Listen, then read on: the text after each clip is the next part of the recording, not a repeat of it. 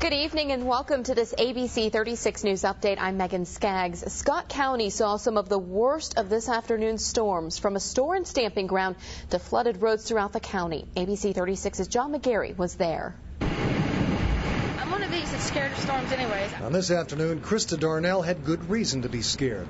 She was in Bradley's stamping ground food store with owner Missy Bradley and about 10 customers. They were keeping an eye on the weather radar when it came right at them. I heard a screeching sound, and then the roof just lifted in the back of my office, and I looked up, and at that time my manager, Krista Darnell, she came and grabbed me just by the neck literally and pulled me out. They say they didn't hear a siren before the storm struck. As the wind and rain tore through, they kept customers inside.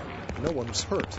Not so their roof or the many store items drenched by the late afternoon deluge. We prayed, we fell, and in the meantime we just got everybody out of the store and we done what we had to do. We did what was right, and God was watching over us. Many people heading to stamping ground from Georgetown had to choose another route. Parts of Kentucky 227 were shut down. Just off US 25 south of Georgetown. A different sort of problem Amy Ross says she sees about once a year.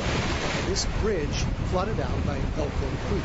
Just a few yards away, there's another none too sturdy looking bridge serving as a way in and out to her husband's landscape business. It's not as bad as we've seen before, but it's going to take several hours for it to crest. So, I mean, it's possible it can be up to the parking lot in the next few hours. So that's what we're doing, is moving some of the material back out of the parking lot so it doesn't take off. In Scott County, John McGarry, ABC 36 News.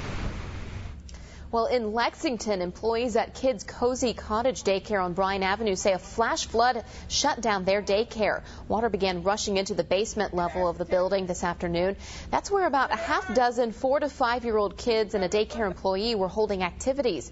Employees quickly got the kids out of the basement and began calling parents to send the kids home early. About 2:45, we was all sitting down there watching TV after snack, and next thing we know, the water just starts gushing through the door, and the kids was like, oh no, and I got the kids up, and we went in the other room, and then they told us to go up the steps. Well, the daycare could be closed until later in the week. Now, in Louisville, they saw some of the worst flooding throughout the area. At times, they had about 6 inches of rain in some parts of the city there, flooding places like the University of Louisville, where employees there had to be rescued by boat. Also, Churchill Downs looked terrible this afternoon. They are still working to clean up that area. We have the latest, as always, at WTVQ.com. That's going to do it for this ABC 36 News Update.